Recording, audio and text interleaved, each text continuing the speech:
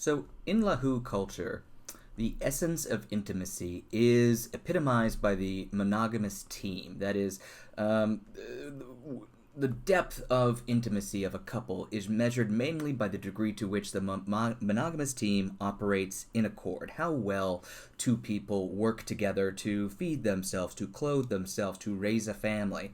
And I'm not necessarily sure if that's the way it is in the United States. How would you guess how in love a couple was? If you saw a couple eating I don't know, lunch together, if you saw a couple out on a date, having a romantic dinner, what would you look for to try to decide if that couple was really deeply in love? Would it be how well they go through the menu and select the right food, or would it be knowing each other? Would it be kissing? Would it be flirting? Would it be laughing?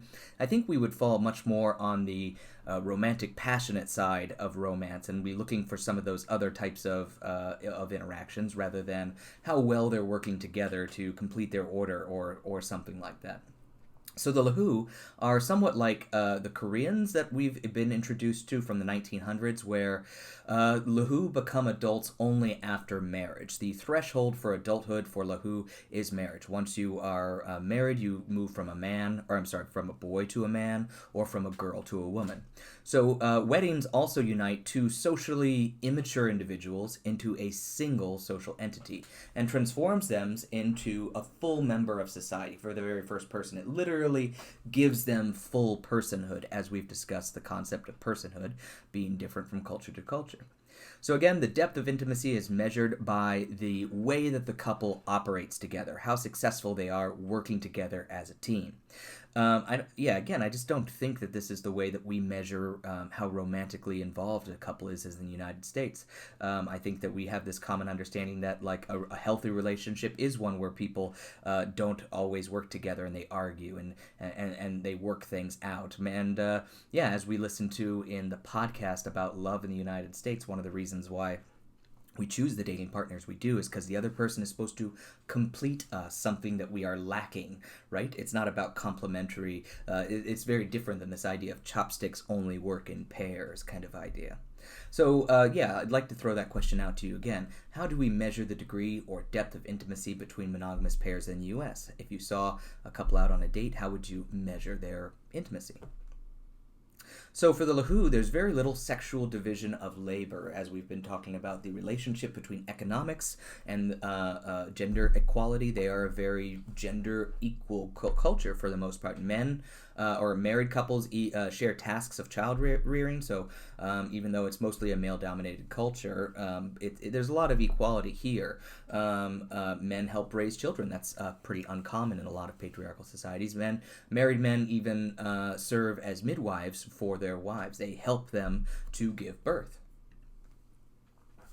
So one of the ways that the author argues that even though the Lahu seem to, on the surface, have this sort of companionate marriage model, they're actually incredibly deeply romantic. Just this sort of other kind of romantic romance that Lindholm was talking about, right? Or that first kind based on working together. So courtship songs mingle passionate romance with secure attachment. So their courtship songs are not talking about how beautiful the woman's face is or how romantic the gestures are from the man, which is kind of how a lot of our romance songs go. It's about mundane tasks. Their romantic courtship songs are talking about working in the fields and making decisions together.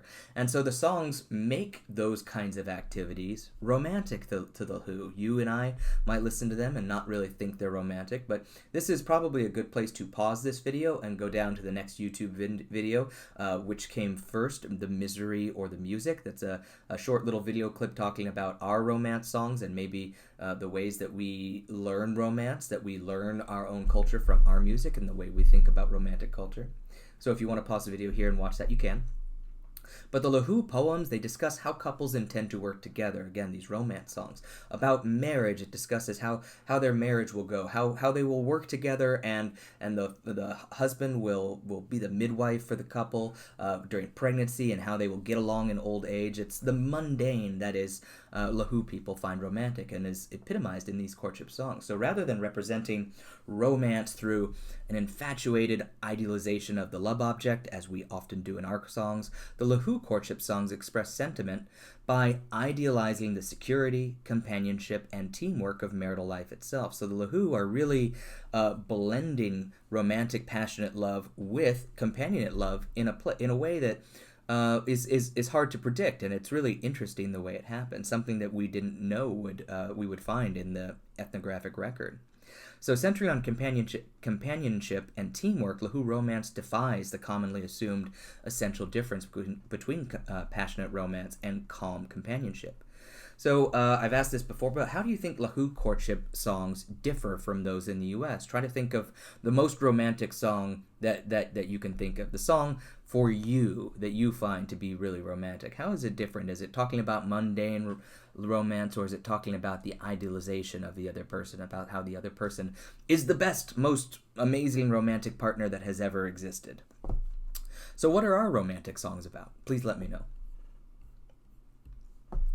So some people have tried to argue, if I can get this to change, some people have tried to argue that actually the Lahu are just companionately married. This is a typical companionate love, arranged marriage in a patriarchal society with a couple of differences, but this is essentially not passionate romance, and they don't have passionate romance. But the author of this article argues exactly the opposite. They said that you can tell that there is passionate romance because of love suicide. So, there's this question, does the emphasis on harmonious teamwork among the Lahu indicate a lack of romantic passion, or even the absence of romance itself? Well, I don't think so.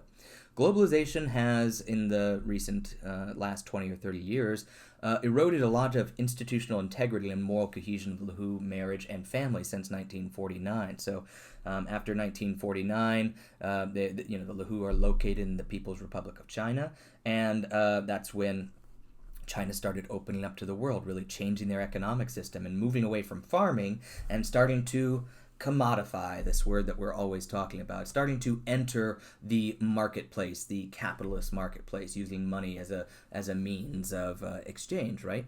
And so modern capitalist markets require that you move. Many of you are not from Dayton. You have moved to Dayton, or maybe you haven't because this is an online class, but many of you move around for the demands to get educated, and when you graduate, you will move again to wherever you can find a job, or many of you will not end up in the places in which you were raised, and that is not true of foragers or agriculturalists or these other non-market oriented economies. And so the Lahu are really being thrust into this demand to move, and it's pushed particularly men to go work in factories in large cities while their wives stay in the countryside.